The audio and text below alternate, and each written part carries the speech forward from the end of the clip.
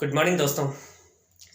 यहाँ पर मेरे यानी एडवोकेट मुकेश बगड़ी के साथ कोर्ट चल रहे हैं, जाने की तैयारी हो चुकी है और इसी दरमियान लगा कि कुछ चीज़ आपको बता दूं। देखिए, कोर्ट जा रहा हूँ, यानी एक अधिवक्ता हूँ, एक एडवोकेट हूँ, इसलिए कोर्ट जा रहा हूँ। तो मैंने शुरुआत की कोर्ट जाने के समय, मतलब शुरुआती मेरा दौर था कोर्ट में, तो उस समय मुझे कैसा प्रतीत होता था, कैसे मजिस्ट्रेट के सामने बोल पाता था, क्या कंडीशंस थी, आज आपके सामने रखने जा रहा हूँ।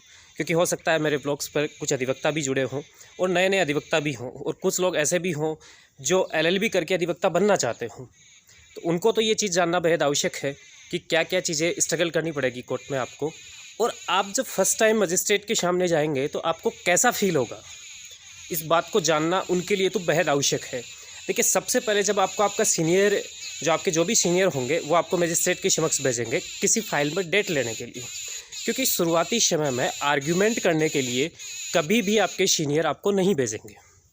इस बात को तो आप मान लें, क्योंकि कोई भी सीनियर नहीं चाहता कि अपनी फ़ाइल को ख़राब करे, क्योंकि जूनियर को नॉलेज भी नहीं होता। नॉलेज होता तो भेज दिए जाते, लेकिन नॉलेज नहीं होने की वजह से केवल तारीख लेने के लिए भेजा जाएगा ऐसी फाइल में जिनमें कोर्ट से महज तारीख होनी हो, और कोई कारण बताते हुए आपको भेजा जाएगा। आप जाएंगे तो रीडर साहब जो होते हैं कोर्ट में, जो मजिस्ट्रेट होते हैं, उनके बगल में रीडर साहब होते हैं। उन रीडर साहब को अपनी सारी बात बताएंगे आप, और उसके बाद में आप, बीच में कोई आ गए थे, रुकना पड़ा मेरे को। अब मैं किस फ्लुएंसी में था वो भी मेरी टूट चुकी है। तो मैं बताना चाह रहा था आपको कि जब नए नए आप अधिवक्ता होते हैं तो आपके सीनियर आपको मतलब बहुत कम काम देते हैं। आपको मजिस्ट्रेट के सामने होने का भी बहुत कम अवसर मिलता है शुरुआती दौर में। लेकिन जब भी आपके पास कोई काम आता है निजी प्रैक्टिस में, आपकी निजी प्रैक्टिस में, तब आपका सामना होता है सीधा सा मजिस्ट्रेट से। कई बार ये देखने को भी मिलता है, नए नए जूनियर्स को भी कोई भेज देते हैं, जो वकील होते हैं, अच्छे वकील होते हैं या बुरे होते हैं वो तो मैं नहीं कहूँगा, लेकिन भेज देते हैं उनसे कंसल्ट करने के लिए, किसी बात के बारे में कहने के लिए। और उसके बाद में उनका सामना जब पहली बार किसी मजिस्ट्रेट से होता है, तो चाहे कितना ही बड़ा कोई फ्लुएंटली बोलता हो बाहर में, एक बार तो उसके मन में झिझक रहेगी, 10 बार सोचेगा, उसके बाद में कुछ मजिस्ट्रेट साहब से निवेदन करेगा। कितना ही बड़ा वकील हो, अगर शुरुआती समय है तो ये चीज़ें होगी। अब बात ये आती है कि कोई तो बोल पाता है, कोई नहीं बोल पाता है। देखो, उसका रीज़न ये है कि कोई तो हिम्मत करता है उस समय कि ठीक है, जो होगा जो देखा जाएगा, और कोई डर जाता है तो कह देता है सब आप चले जाइए, उस मौके को गवा देता। मैंने कभी भी ऐसा मौका नहीं गवाया है, और मैंने मेरी बहुत कम समय की प्रैक्टिस में अच्छी फाइलें खुद की अर्न की हैं, क्योंकि मेहनत के बल पे और बोलने की कला के आधार पे। मतलब कभी भी मैंने ऐसा कोई मौका नहीं छोड़ा है जब किसी मजिस्ट्रेट के मुझे सामने होना हो। मैंने तो, हालांकि मेरे जो सीनियर्स हैं उनकी फ़ाइलों में तक मैं बोलने का वो हिम्मत रखता हूँ, और जब मौका मिलता है ना मुझे, तो बोलता हूँ मैं। झिझक सबके होती है, हर एक इंसान के होती है, चाहे वो आम आदमी हो या वकील हो। लेकिन जो बोलना सीख जाता है, जो झिझक को दूर करना चाहता है, वो सामना करता है, उससे फेस करता है उस चीज़ को, और उसके बाद में वो चीज़ उसके सामने कोई मैटर नहीं रखती। लगभग वो जब शुरुआती आप प्रैक्टिस कर रहे होते हैं, महीने 2 महीने 3 महीने आपके साथ ये चीज़ें होती है, उसके बाद में बिल्कुल भी नहीं होती। आप जाएंगे मजिस्ट्रेट के सामने, बेझिझक बोलेंगे। और अगर आप अधिवक्ता हैं या और भी किसी भी कैटेगरी में हैं, तो आपको जब किसी अधिकारी के सामने होना है तो आप बेझिझक होकर रहिए और बेझिझक बोलिए जो चीज़ आपको बोलनी है। उनसे अगर आप नहीं बोलेंगे तो आपको वो कुछ नहीं कर पाएंगे, बोलेंगे तो भी कुछ नहीं कर पाएंगे। जो लीगल है वो काम तो होगा, तो फिर आपको बोलने से क्या दिक्कत है? बेझिझक होकर बोलिए, आपका कुछ भी नहीं कर सकते। हालांकि मैं इतना श्योरिटी के साथ कह रहा हूँ, जब नए नए आप अधिवक्ता हैं तो आपके हाथ पैर भी कंपन करेंगे। शुरुआती समय में जब आप मजिस्ट्रेट के समक्ष जाएंगे, आपका मन ये कहेगा कि क्या बोलना है, क्या नहीं बोलना है। तो आप जो कोर्ट रूम है उससे बाहर सोच के जाइए कि मुझे ये बोलना है। बिल्कुल भी आपको दिक्कत नहीं होगी बोलने में।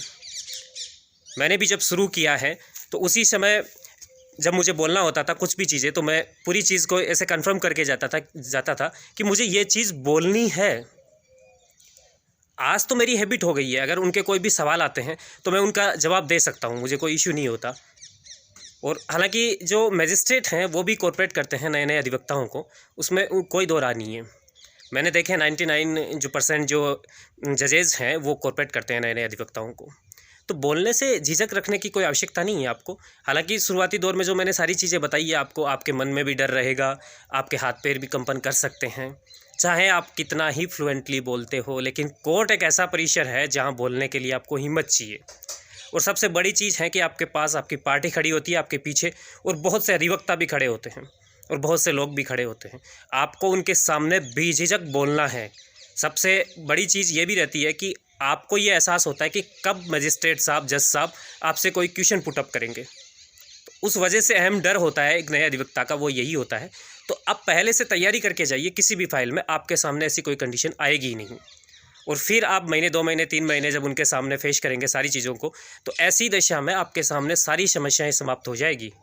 और यदि आप ये कोशिशें नहीं करेंगे, आज नहीं बोलेंगे, आप सोचेंगे कि नहीं बोलना मुझे, सीनियर को भेज दो, सीनियर बोल लेंगे, आपके पास जो काम आता है वो सीनियर को दे दो, वो कर लेंगे, तो फिर आप कभी भी पूरी ज़िंदगी में नहीं खुल पाएंगे, उनके सामने बेझिझक होकर नहीं बोल पाएंगे, आपके हाथ पैर पूरी ज़िंदगी कंपन करेंगे। तो आपको ये सब करना है, ये चीज़ें आप चाहते हैं तो ऐसी दशा में डायरेक्टली फेस करें इन चीज़ों को, सीनियर से सलाह लें, लेकिन काम खुद करें। अपनी फाइलों में आर्ग्यूमेंट भी खुद करें, सीनियर को आप पीछे खड़ा कर सकते हैं, उस समय आपको कोई भी दिक्कत नहीं होगी, लीगली सारा काम होगा। सीनियर जूनियर कोई फ़र्क नहीं पड़ेगा, सीनियर पीछे खड़े हैं तो आपको सपोर्ट मिल जाएगा। तो अभी के लिए इतना ही। और ये वीडियो मेरे ख्याल से एक नए अधिवक्ताओं के साथ साथ जो लोग बोलने में झिझक रखते हैं उनके लिए भी बहुत ही महत्वपूर्ण होगा। अभी के लिए बाय बाय, टेक केयर।